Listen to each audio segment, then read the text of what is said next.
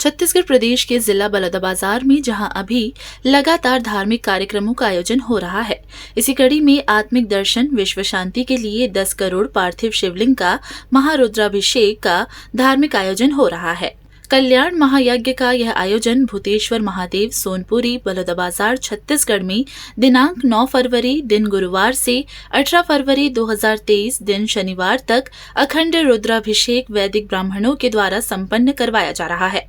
श्री श्री श्री घोर अघोर अवधूत भगवान जी के सानिध्य में विश्व कल्याण महायज्ञ संपन्न हो रहा है। महायज्ञ में 1100 पंडितों के द्वारा अखंड पाठ किया जा रहा है।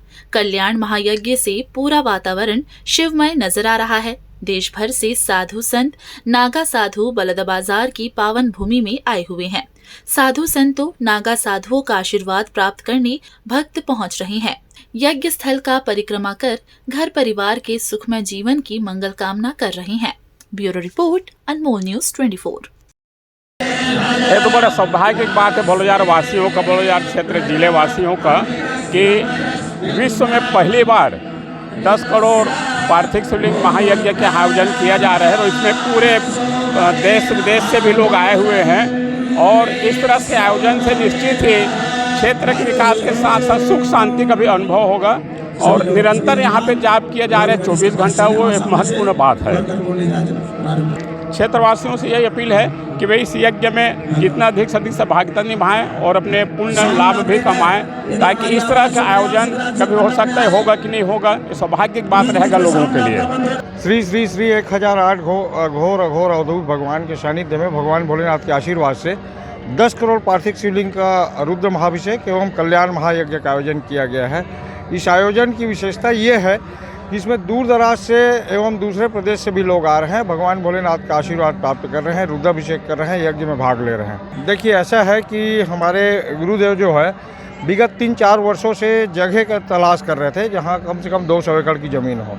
पहले भाटापारा तय किया गया था, लेकिन जब देखा गया कि यहाँ पर्याप्त ज़मीन है तो क्यों न बलौदाबाजार के जिले के पावन धरती सोनपुरी में आयोजन किया जाए, ताकि यह आयोजन से विश्व में कल्याण की भावना जागे, लोगों में आपसी भाईचारा का संदेश जाए। इस उद्देश्य के साथ यह आयोजन जो है सोनपुरी के पावन धरा में किया गया है। और हम आपके माध्यम से भगवान श्री भोलेनाथ से प्रार्थना करेंगे कि यहाँ आकर के भाग लेने वाले प्रत्येक व्यक्ति के ऊपर, प्रत्येक घर में रहने वाले प्रत्येक व्यक्ति के ऊपर भगवान भोलेनाथ का विशेष आशीर्वाद बना रहे। यह यज्ञ अत्यतिरुद्र महायज्ञ अभिषेकात्मक एवं अतिरुद्र महायज्ञ होमात्मक संचालित हो रहा है। अतिरुद्र महायज्ञ में 24,10,000 कुछ आहुति हो रही है। इसके बगल में भी एक यज्ञ मंडप है जिसमें भी साथ में ही आहुति हो रही है। जैसे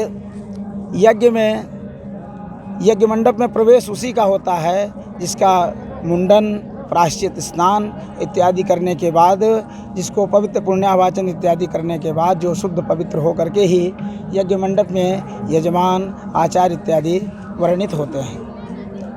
आज वर्तमान में सभी तो इस व्यस्ततम अवधि में सब लोग 10 दिन तक एक साथ तो 10 घंटे नहीं दे सकते हमें, इसलिए कुछ ही निर्धारित यजमान होते हैं। जैसे इस यज्ञ में 11 कुंड हैं, 11 कुंडों पर एक यजमान सपत्निक हैं। उनका प्रारंभ में 8 तारीख को उनका प्रायश्चित स्नान इत्यादि सब संपन्न हुआ। उसके बाद 9 तारीख को शोभा यात्रा के बाद पंचांग पूजन, मंडप प्रवेश इत्यादि यज्ञ हमारा प्रारंभ हुआ। इस यज्ञ में अरणि मंथन के द्वारा अग्नि भगवान का प्राकट्य किया गया और उसी अग्नि में हम आहुति संपादित कर रहे हैं। ये बगल के जो यज्ञ मंडप है उसमें जो भी सामान्य श्रद्धालु हैं, जो भी चाहते हैं कि मैं भी पूजन करूं, मैं भी हवन करूं, तो वो जहां हमारे 10 करोड़ पार्थिव शिवलिंग स्थापित हैं वहां वो पहले अभिषेक करते हैं और अभिषेक करने के बाद जो ये बगल में जो हमारे यज्ञशाला है उसमें आकर के वो आहुति डालते हैं। और इस यज्ञशाला में लगभग 96 ब्राह्मण हमारे और 11 यजमान प्लस आचार्य, ब्रह्मा, उपदेष्टा, गणपत्य, परिचारक इत्यादि सभी चारों वेदों के जो है वेद पाठक इत्यादि सभी इस यज्ञ में हैं। तो यह यज्ञ हमारा पूर्ण निर्विघ्नतापूर्वक जैसे समय सीमा में और पूर्ण विधि के से यह संपादित हो रहा है। इसमें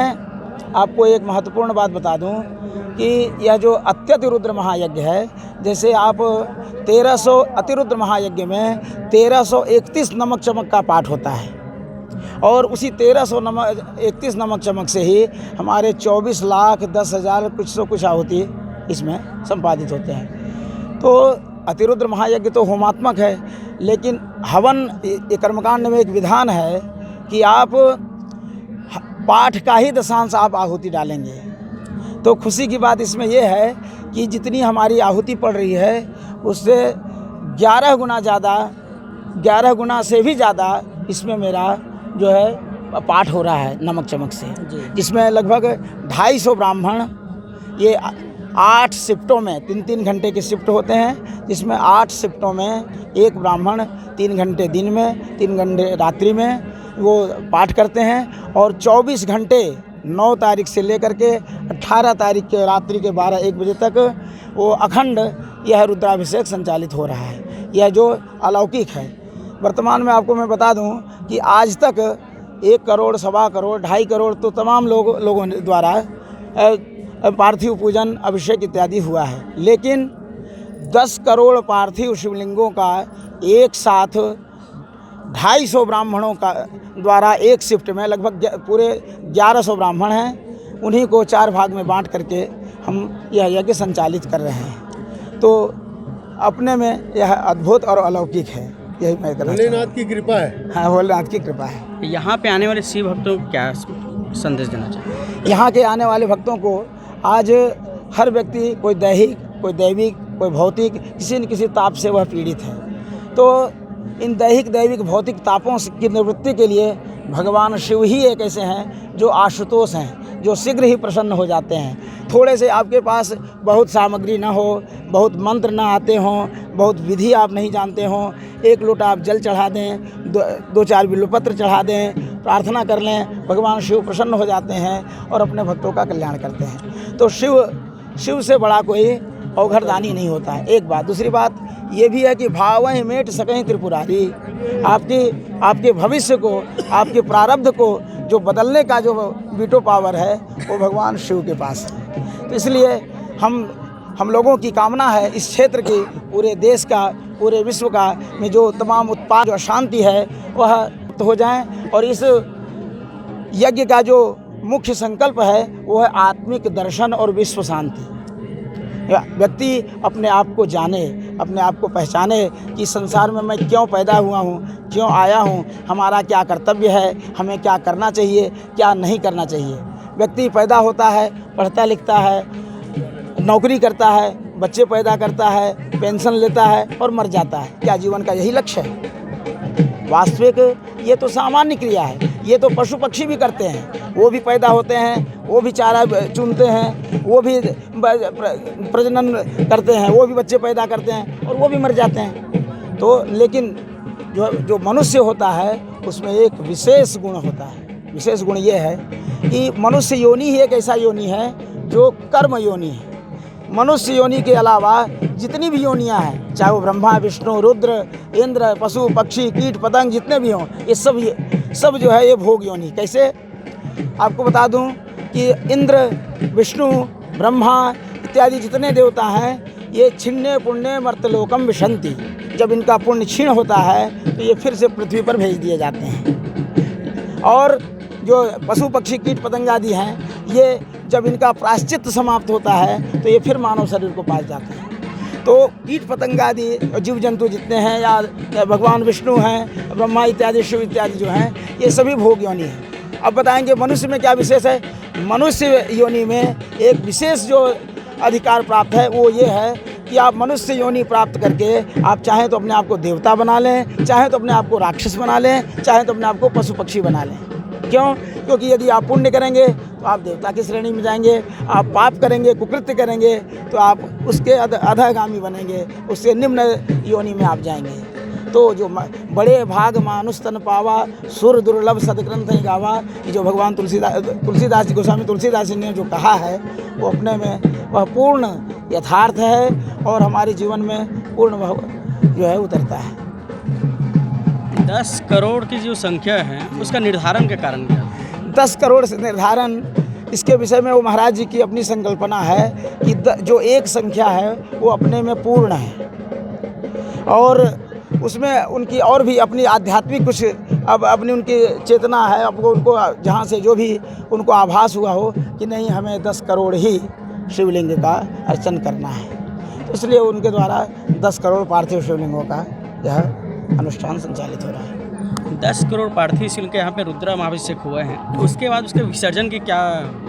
अब जैसे 18 की रात्रि में जैसे पूर्व पूजन 9 तारीख को हम लोगों ने करके जो अखंड रुद्राभिषेक प्रारंभ किया, उधर हमारा पाठ हो रहा है और उसका दशांश मेरा यहाँ हवन, उसका दशांश तर्पण, उसका दशांश मार्जन, उसका दशांश ब्राह्मण भोजन, ये इत्यादि जो कर्मकांड के जो विधान हैं उसके अनुसार इधर हमारा संचालित हो रहा है। और अंतिम में 18 तारीख को जैसे हमारा 8 बजे अभिषेक प्रारंभ हुआ, उसी प्रकार 8 तारीख को हम अभिषेक प्रारंभ करके और रात्रि के 11 बजे तक मेरा वह पाठ पूर्ण होगा। 11 से 12 के बीच में हम उत्तर पूजन करेंगे, 12 से 1 के बीच में हम सहस्त्रार्चन करेंगे और 1 बजे के बाद हम यज्ञ को विराम देंगे, ब्राह्मणों को दक्षिणा वितरित करेंगे इत्यादि, यही हमारे कार्यक्रम है। नहीं, उसके लिए विसर्जन की व्यवस्था होगी, उसके लिए यज्ञ समिति है, उसके लिए सब व्यवस्थाएं हैं, उसके लिए जो भी समुचित व्यवस्था हो सकता है वो सब यज्ञ समिति करेगी।